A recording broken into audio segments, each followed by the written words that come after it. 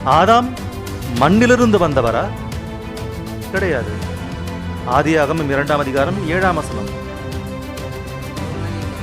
தேவனாகிய கர்த்தர் மனுஷனை பூமியின் மண்ணினாலே இந்த மனித சரீரத்தை உருவாக்கினார், பொம்மையை உண்டாக்கினார்.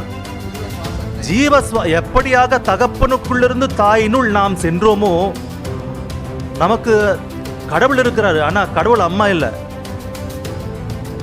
கடவுள் இருக்கிறாரு.